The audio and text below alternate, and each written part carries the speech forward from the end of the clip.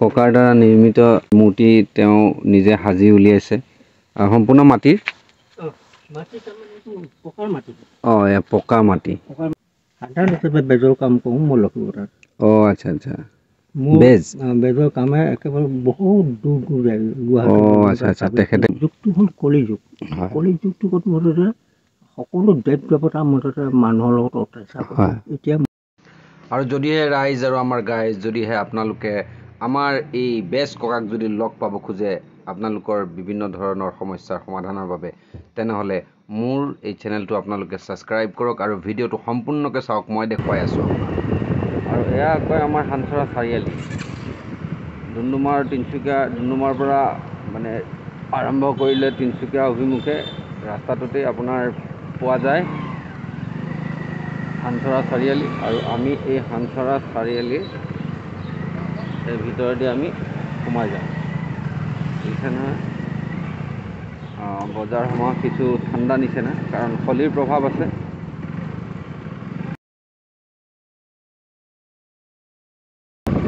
এয়া চব ফাকুৱা খেলি ৰঙতে ৰঙীন হৈছে গাঁওবোৰ।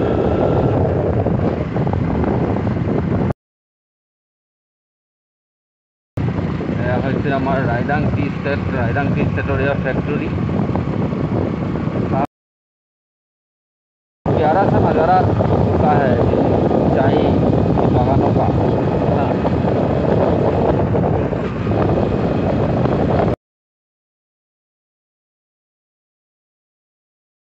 यहाँ पे हम लोग टच करेंगे अपनी बाईपास रोड को जो तिनसुकिया होते हुए मतलब काफ़ी दूर तक डिब्रूगढ़ वगैरह चलते हैं। तो ये है बाईपास रोड।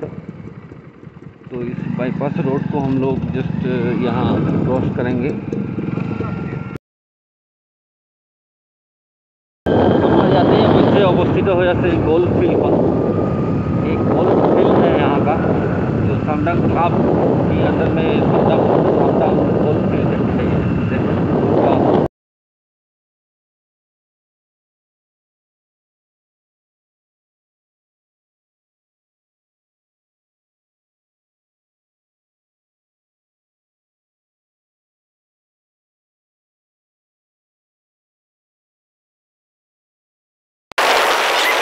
पहुँचे हुए हैं पानीखुआ की इस एरिया में।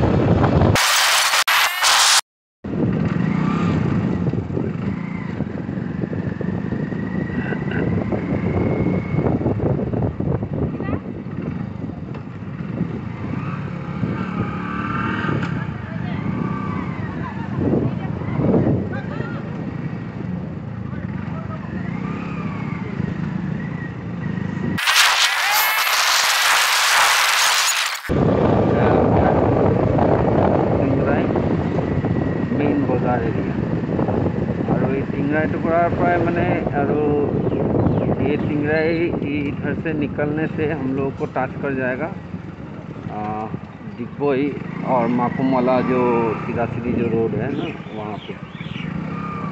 तो हम यहाँ इधर डिगबोई की और बस निकल पड़े हैं लेकिन हम लोग डिगबोई जाएंगे नहीं। हम लोग आज आपको लेके जाएंगे लक्की पठार। तो वेलकम टू द बनानफल एरिया।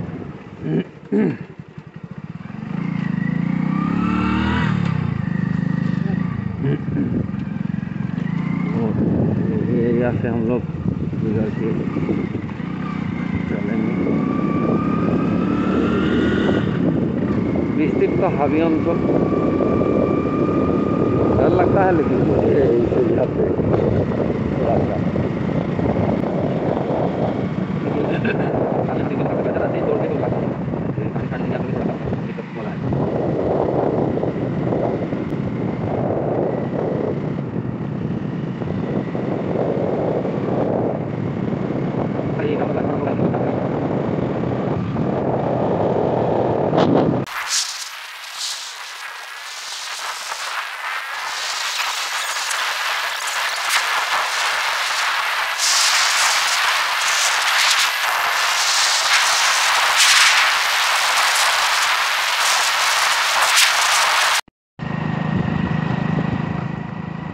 মানে সেই লক্ষীপথাৰ গাঁওখন যিখনত আমি বৰ্তমান ঘূৰি দিছোঁ, বহুতেই জানে এইখন গাঁওখনৰ বিষয়ে এখন ইতিহাস আছে, গতিকে নাম আছে, এইখন গাঁও চিনি পায় মানুহে। গতিকে আজি বহুত দিনৰ মূৰত আহক চাওঁ এই গাঁওখন। খুব ধুনীয়াকৈ হৈছে আপোনাৰ মেডাম মেফি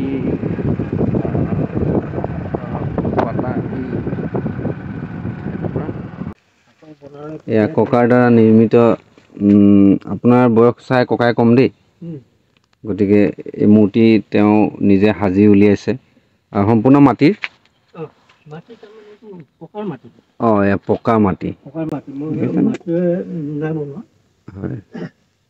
গতিকে এয়া এক লক্ষী মূৰ্তি বুলি আমি যি কি লক্ষী মূৰ্তি, প্ৰতিভা বুলিয়ে ক'ব লাগিব। যি কি নহওক, আপোনাৰ এই প্ৰতিভা সকলোৰে ভিতৰত নাথাকে তেনেকৈ লাগি থকা। গতিকে মই নিজে আজি ৰৈ যাবলৈ বাধ্য হৈছোঁ। বাটৰুৱা মানুহটো বাহিৰৰ পৰা যেতিয়া দেখাইছোঁ, আৰু কিছুমান আপোনাৰ ককাক দেখুৱাইছোঁ এনেদৰে। আৰু হয়, হয়, এখন মই সাধাৰণ হিচাপে বেজৰ কাম কৰোঁ মোৰ লক্ষীপথাৰত। আচ্ছা আচ্ছা, মোৰ বেজ, বেজৰ কামে একেবাৰে বহুত দূৰ দূৰ যায়। আচ্ছা আচ্ছা। তেখেতে ইতিমধ্যে আমাক দেখুৱাইছোঁ, ককা একচুৱেলি বেজৰো কাম কৰে। গতিকে কাৰোবাৰ যদি কিবা তেনেকুৱা ধৰণৰ অসুবিধা আছে বা মানে এইবিলাকত যদি বিশ্বাস আছে, বা কাৰণ কেলৈ থাকিবই লাগিব বিশ্বাস, কাৰণ ঈশ্বৰ আছে যদি বেয়া আৰু ভাল দুয়োটাৰে সমাৱেশ হয়। আজিকালি যুগটো হ'ল কলি যুগ। কলি যুগটোত মুঠতে সকলো দেৱ দেৱতাৰ মুঠতে মানুহৰ লগত অত্যাচাৰ কৰে। এতিয়া মই নহ'লে মোৰ লক্ষীপথাৰত বৰ বিপদ হয়। লক্ষীপথাৰত আপোনালোকে আপোনাৰ নামটো কি ক'বা? শিৱ গগৈ। শিৱ গগৈ বুলি আপোনালোকে জানিব ইয়াতে। গতিকে কিবা যদি তেনেকৈ লগা হয় তেতিয়াহ'লে আপুনি যোগাযোগ কৰিব, ঠিক আছে নহয়? গতিকে আপোনালোকক মই একচুৱেলি তেখেতৰ কিছুমান সূক্ষ্ম প্ৰতিভাবিলাকৰ বিষয়ে দেখুৱাওঁ। এয়া চাওক, তেওঁলোকে তেওঁ নিজে প্ৰস্তুত কৰা নে এইবিলাক? হয়, নিজেই কৰা।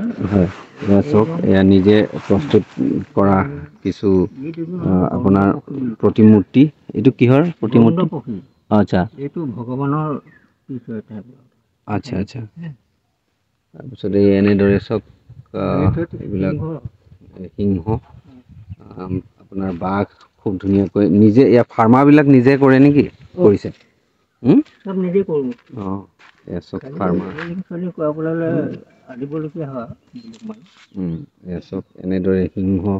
গতিকে আপোনালোকেও যদি এনেকৈ আপুনি অৰ্ডাৰ চৰ্ডাৰ লয়, যদি কোনোবাই ধৰক বাহিৰৰ পৰা কোনোবাই ধৰক নামঘৰৰ আগত কৰিবৰ কাৰণে বনাব বিচাৰিছে বা আদি কৰি, এয়া আপোনালোকক দেখুৱাইটো চাব পাৰিম। এয়া চাওক, এইটো নামঘৰ দুৱৰী বুলি কোৱা যায়। নামঘৰ দুফালে দুজন থাকে, সেই তেনেকুৱা নামঘৰ। আচ্ছা আচ্ছা, এয়া এইবিলাক দুৱৰী কাম আছে, ইয়াত কপালী বনাবলৈ আছে, সেইখিনি বনাব আছে। তাৰপিছত এই এনেদৰে আপোনাৰ দেখিছে নহয়, এইবিলাক মানে সম্পূৰ্ণ সৰুকৈ হ'লেও আপুনি চাওক কি কথাৰ কাৰণে মানে ধৰক বৰ বেছি খ্যাতি মানে ধৰক পোৱা নাই বা কিবা বুলি ক'ব লাগিব। এইজনৰ লগৰজন আছিলে শংকৰদেৱ। আচ্ছা আচ্ছা, শংকৰদেৱ এই মাধৱদেৱ মানে এইজন মাধৱদেৱ। এই মাধৱদেৱমান থাকিলে শংকৰদেৱজন লৈ গ'ল। এইজন গোটেই গাঁৱৰ ভিতৰত সোমালে। আচ্ছা আচ্ছা, মাধৱদেৱৰ প্ৰতিমূৰ্তি চাওক, আপোনাৰ এনেদৰেকৈ চেষ্টা কৰা হৈছে তেখেতৰ দ্বাৰা। আৰু লগতে আপোনাৰ এই কাছৰ সৈতে এটা এনেকুৱা প্ৰতিমূৰ্তি দেখা পাইছোঁ। গতিকে এয়া তেখেতৰ প্ৰতিভা। গতিকে এই প্ৰতিভাখিনিক যদি বিকশিত আৰু যদি কিবা প্ৰকাৰে যদি মানে ধৰক আপোনাৰ কৰা হয়, নিশ্চয়কৈ আপোনাৰ থৈ আছোঁ, খুব ধুনীয়া হ'ব। আহক ককা বহোঁ এখনতে, দেখুৱালোঁ আমাৰ ৰাইজক। এই এনেদৰে দেখা পাইছে। গতিকে কাঠৰো কৰে, পকা মানে ধৰক আপোনাৰ পকাৰ এইখিনিও কৰে। আৰু ইতিমধ্যে আমি দেখা পাইছোঁ কাঠৰ কিছুমান বস্তু খুটিয়াই আছিলে। এয়া চাওক, নামঘৰৰ ভিতৰত এখন মুঠতে গুৰুজনাৰ আসন থাকে। কোনখন? এইখন? আচ্ছা, আসনৰ কাৰণে এইবিলাক মই আচ্ছা আচ্ছা, এইটো তলত হাতীটো আছে, হাতীটো ওপৰত মুঠতে সিংহ এটা হ'ব। আচ্ছা আচ্ছা, এইটো সম্পূৰ্ণ কাঠৰে হ'ব মানে? কাঠৰে হ'ব।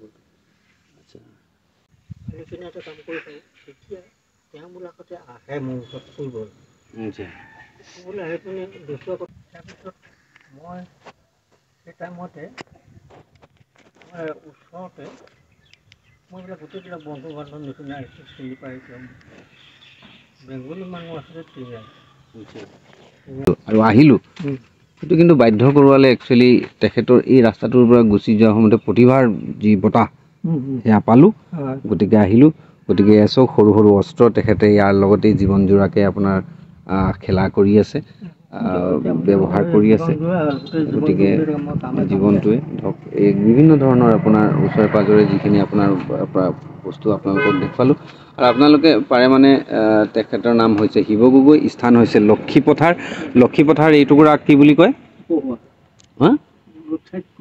ৰোড ছাইড কপৌহোৱা তো ৰোড ছাইড কপৌহোৱা লগতে তেওঁ অলৰেডি কৈছেই যে বিভিন্ন ধৰণৰ আধ্যাত্মিক শক্তিৰ বলত তেখেতে চোৱা চিতা কৰা বেজ চেজ আদি বেজৰ নিচিনাকৈ বিভিন্ন জনা বুজা মানুহ আৰু মুঠতে কাৰোবাৰ যদি কিবা অসুবিধা হয় বা কিবা হয় আপোনালোকে এই ইয়াতে আহি তেখেতক লগ পালেই হ'ল পৰাপক্ষত ইয়াতেই পোৱা হয় চাগে আপোনাৰ মোৰ ঘৰ হৈছে ৰূপাই চাইডিং ডুমডুমাৰ পৰা অকণমান আগত যাব লাগে ৰূপাই চাইডিং সেয়া ভাল বাৰু আশা কৰোঁ আকৌ পুনৰবাৰ আপোনাক লগ পাম ৰাইজৰ মাজত যাতে আপুনি সোমায় তাকে আশীৰ্বাদ কৰিছোঁ আৰু ৰাইজে নিশ্চয়কৈ আপোনাক সোমাব মোৰ এটা মানে আশা আছে ক'ৰবাত গতিকে হয় হয় নিশ্চয় ভাল বাৰু দিয়ক এটুকুৰা নিজৰ ঠাই এইটুকুৰাটো নিজৰ ঠাই এইটুকুৰা গোটেই এই দ মাটি সৈতে দবাটো হয় বুলি মুঠতে মোৰ এইবিলাক অধিকাৰ নাই মই এই ল'ৰাক তেতিয়াই মুঠতে দি দিয়া ল'ৰাবিলাকে কৰি মেলি খেতি কৰি চাইছোঁ আচ্ছা আচ্ছা তেনেকুৱা অঁ ভাল পালে এইবিলাক কথা জানিব নাই জানিব লাগে ৰাইজেও জানিব লাগে তুমি আজি এই ইয়াত মুঠতে কৰিছা সেইখিনি কাম তোমাতকৈ আগতে কিছুমান মানুহ আছে অসমীয়া হওক বা যিকোনো মানুহে বহুত কথা পাতি পাতি সলাই দিয়ে কিন্তু আমি দেখিছোঁ বহুতো ভাল আমি অসমীয়া এজন বুঢ়া মানুহ যে এই কামখিনি কৰিছে আপুনি মুঠতে কৃষ্টি ৰাখিছে সেইটো বস্তুৰ কাৰণে মই ঘূৰি আহিলোঁ ডাঙৰ কথা দেই ডাঙৰ কথা তেনেকৈ কৰিছে বহুত ডাঙৰ মানুহ দুৰ্বল মানুহ লগ কৰি সময় মানুহ চিধা ইয়াত মুঠতে মান সন্মান বুলিবলৈ নাই গতিকে সোমাই আহিব কিবা এটা কথা পাতিব কথা পাতিব সোমাই আহিব এতিয়াও নাই মোক মাতিছে মই একো ফালে হাৰি যোৱা নাই বহুত দিগদাৰ আজি গোটেই লক্ষ্মীপথাৰখনৰ ভিতৰত আজি শুনি আছো নহয় এইটো সদায় গাৰ্জেন মৰি শদিয়া ৰাজীৱ শদিয়া শদিয়া যেনেকুৱা সেইজন গায় তেনেকুৱা ধৰণৰ মই সেইবিলাক গাই বাই থাকোঁ ভগৱানৰ নাম গাওঁ গীত গাওঁ নানা ৰকম তেখেতে গাইছে এতিয়া সেই গীতটো এতিয়া মোক এটা মানুহে ভক্ত পাই পিনে ট্ৰেক্টৰ মুঠতে এতিয়া হাতত মাৰি ধৰিছে মৰাটো ভাল কৰিছে গতিকে সেইবিলাকতো মই একদম উৎসাহ আছোঁ আজি ক'ৰবাত নহয় বোলে মই দিহানাম শিকিব লাগে আমাক মানুহজন নবয়ে গৈ পিনে সেইখিনি শিকাম গোটেই লক্ষ্মীপথাৰ এইটো কথাটো লক্ষ্মীপথাৰ মুঠতে কথাটো গুৱাহাটী পাই গ'লো এজন মুঠতে পথাৰো পাইছিলে তেওঁবিলাকতে সেইজনে মুঠতে তিনিচুকীয়া পালে মুঠতে এজন মানুহৰ পালত কৈ গুৱাহাটী পাইছিলোঁ মোৰ একো গীত মাতবোৰ মই বিহুটোতো মোৰ লগত নোৱাৰিছোঁ ভগৱানৰ নামতো মোৰ যিটো নোৱাৰিছে মই তেনেকুৱা খেলি কৰি আছোঁ গতিকে তথাপিতো এতিয়া মোৰ অনেক নহয় অলপ বেয়া লাগিছে যে মোৰ আৰু কিছুমান মই ইয়াত দেখাবলৈ ইচ্ছা কৰিছোঁ কিন্তু মোৰ মানুহখিনি তথাপিতো মই নেৰিম জীয়াই থকা দিনটোতে মাত্ৰ এজন আমাৰ লেখীয়া মুঠতে ভূপেন হাজৰিকাক মই মোৰ কিছু য'তেই সৰু মুঠতে ঠাকৈ থ'বলৈ মন আছে সেইটো বনাম গতিকে ৰাইজ আপোনালোকে শুনিছে ভূপেন হাজৰিকাৰ মূৰ্তিটো এখেতে ইচ্ছা প্ৰকাশ কৰিছে নিজে হাতে বনাবলৈ গতিকে আপোনালোকে এখেতৰ যিখিনি বৰ্তমান কথোপকথনৰ পৰা যিখিনি মই গম পালোঁ যিখিনি কলা সংস্কৃতিৰ লগত যিখিনি কথা সোমাই আছেহি সেইখিনি স্তব্ধ ৰূপত সোমাই থাকিলে নহ'ব তাক বহিঃপ্ৰকাশ ঘটিব লাগিব আৰু বহিঃপ্ৰকাশ ঘটোতে তেখেতক মানে কোনটো লেভেললৈকে আমি লৈ যাব লাগিব প্ৰচাৰৰ ক্ষেত্ৰত সেই কথাটো আপোনালোকে চিন্তা ভাৱনা কৰি চাই পৰাপক্ষত যিমান পাৰে শ্বেয়াৰ কৰি তেখেতৰ মানে যি ভাৱমূৰ্তি আছে, তেখেতৰ যিটো সাৱলীল চৰিত্ৰ আছে, সেয়া আমি উদঙাই দেখুৱাটো আমি জৰুৰী বুলি অনুভৱ কৰিছোঁ, ক'ৰবাত অনুভৱ কৰিছোঁ। কাৰণ এনেকুৱা এজন মানুহ যদি আমাৰ পৰা কেনেবাকৈ কিছু দিনৰ মূৰতেই হওক বা বিয়োগ এদিন চবকে হ'ব লাগিব, গতিকে তেওঁ যদি বিয়োগ হৈ যায়, তেখেতৰ বিয়োগৰ লগে লগে কিন্তু চিন্তা কৰিব লাগিব কলা সংস্কৃতি, দিহানাম আৰু আদি কৰি যিমানবিলাক তেওঁৰ ভিতৰত অন্তৰ্নিহিত সপোনি পুথিত সোমাই থকা যিখিনি আছে, সেইখিনিও বিয়োগ হৈ যাব নহয়। গতিকে সেইখিনি যাতে আপোনাৰ প্ৰচাৰ হওক, সেইখিনি যাতে আমাৰ মাজত থাকি যাওক। গতিকে প্ৰচাৰ কৰিব পাৰিলেই হয়, এই দৃষ্টিবিলাক একেবাৰে চিৰ জুলুমা হৈ থাকিব। নিশ্চয় প্ৰতি চিৰ ওলাব, তেনেকুৱা হ'ব তেনেকুৱা হ'ব। কিন্তু তাতে কমতে মই জানো বুলি মই অৱগত কৰিলে নহ'ব। হয়, তেনেকুৱা এই স্কুলৰ মাষ্টৰ কোনো আহি পেলাই ল'ৰাটো দেখাই গোটেই ফটো মাৰি তেনেকুৱা। গতিকে মাত্ৰ কেৱল কাঠৰ মিস্ত্ৰীটো বুলিয়েই ভাবি হওক বা এনেকুৱা বুলি ভাবিলে তেখেতৰ ভিতৰত নহ'ব। কাৰণ এনেকুৱা কাঠৰ মিস্ত্ৰী বা আদি কৰি বহুত দোকান পাৰ কৰি মই পাৰ কৰিয়ে আহিলোঁ আজি আহোঁতে বাটটোত। তাৰপিছতে উপায় নাই যে মই এই লক্ষীপথাৰত তৃতীয় দিনত কোনো এজন মুঠতে কাঠমিস্ত্ৰী বা লক্ষীপথাৰ তিনিআলি আৰু শান্তশিষ্ট পৰিৱেশ চাওক, আপোনালোকক দেখুৱাইছোঁ। আপোনাৰ খুব ধুনীয়া গ্ৰীনাৰী পৰিৱেশ এটাৰ মাজত এইটো ৰাস্তা মাকুমলৈ আপোনাৰ ওলাই গুচি যায়, এইটো ৰাস্তা আপোনাৰ ডিগবৈলৈকে গুচি যায়। এইটো ৰাস্তাত আপোনালোকক লৈ যাম, ক'লৈকে যায় চাই থাকক।